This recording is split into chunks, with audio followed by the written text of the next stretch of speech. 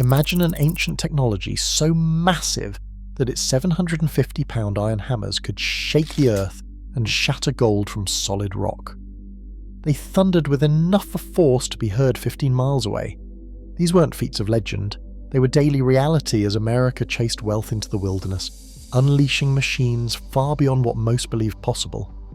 What drove pioneers to build stamp mills on such a terrifying scale, and how did these giants change mining forever? The story behind these colossal engines reveals a forgotten race for power and a price few saw coming.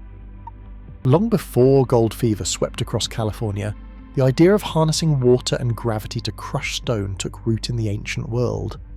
Roman engineers in the 1st and 2nd centuries AD built the earliest known stamp mills, using water wheels to lift wooden hammers at mining sites in Wales and Spain. These machines broke ore with relentless blows, freeing precious metals from rock and laying the groundwork for centuries of innovation. In 1556, the German physician Georgius Agricola published detailed diagrams in his treatise De Re Metallica, capturing the inner workings of cam-operated iron stamps and inspiring generations of miners and inventors.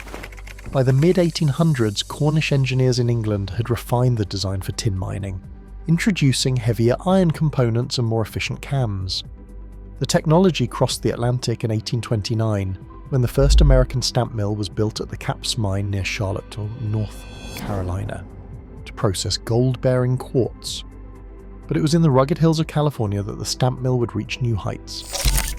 In 1850, John Burnet constructed one of the state's earliest quartz crushing mills in Mariposa County, adapting imported Cornish machinery to the hard rock of the Sierra foothills. Within a year, more than 20 stamp mills dotted the landscape, ready to turn raw ambition into wealth. The ancient ingenuity that once powered Roman fortunes now stood poised to drive America's own rush for gold, setting the stage for an industrial transformation on a scale few could imagine. Iron-shod hammers weighing anywhere from 500 to 950 pounds dominated the heart of every stamp mill.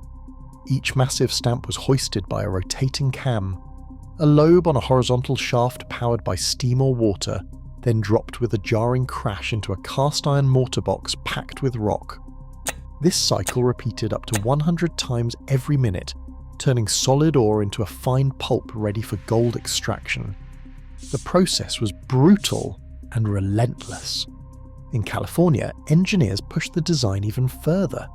Early Cornish mills wore out quickly, so miners swapped out softer iron for cast iron shoes and dies, extending the lifespan of each stamp. They also introduced a simple but clever twist, letting the vertical stamps rotate as they dropped. This evened out wear and kept the crushing surface sharp, boosting efficiency.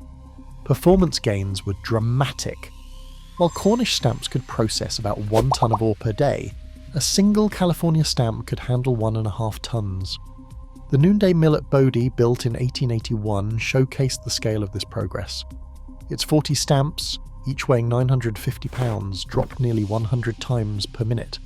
At full tilt, the noise could be heard up to 15 miles away, constant thunder that never truly stopped.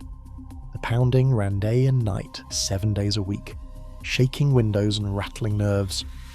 For those living nearby, the stamp mill was impossible to ignore, a mechanical heartbeat that signalled both opportunity and exhaustion, echoing across the hills of the American West. By the late 1800s, the American West thundered with the sound of industry on a scale few had imagined. Stamp mills multiplied across California's gold country, with nearly 400 in operation by 1875. These mills did not just dot the landscape, they transformed it. In towns like Bodie, the Noonday Mill's 40 iron stamps pounded day and night, while smaller mills clustered along every promising ridge and creek. Deadwood, South Dakota sprang up around stamp mills after 1876, its fortunes tied to the relentless crush of ore. When Moses and Fred Manuel struck gold at the Homestake mine, their first year yielded 5,000 ounces, but it was George Hearst who turned ambition into empire. By 1877, Hearst had built an 80 stamp mill at Homestake, making it the Black Hills' richest claim. The scale only grew more staggering in Nevada. After the Comstock lode was discovered in 1859, Virginia City became a city of mills. By 1862, 80 mills battered silver ore around the clock. At its peak, the Comstock district boasted 236 mills, processing nearly 7 million tons of ore from 1860 to 1880.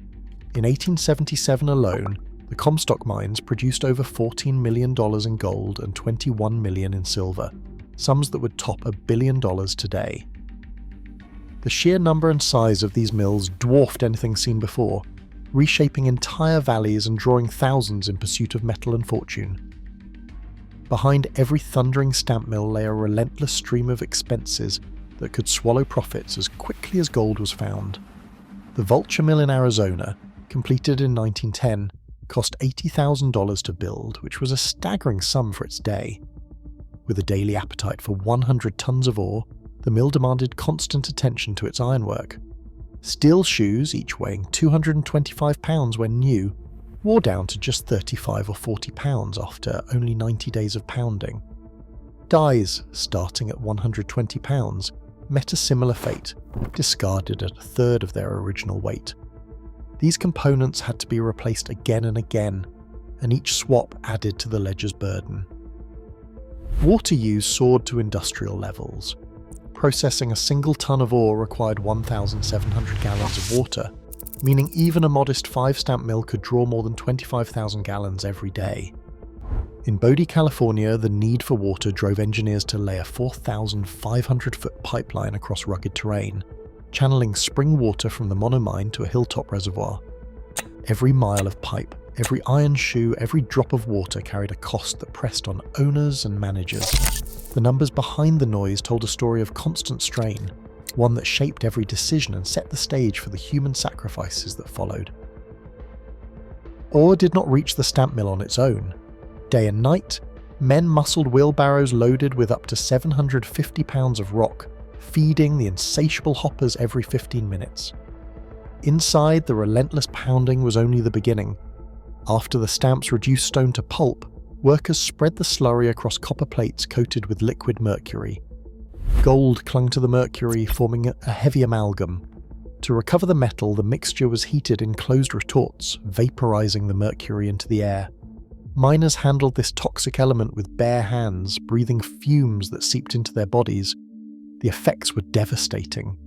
Shaking hands, memory loss, and wild mood swings haunted those exposed symptoms once called Mad Hatter. Syndrome, and medical records from the time describe tremors and confusion among cleanup crews. In California alone, an estimated 10 to 13 million pounds of mercury entered the environment. No safety rules protected the men who fed the machines.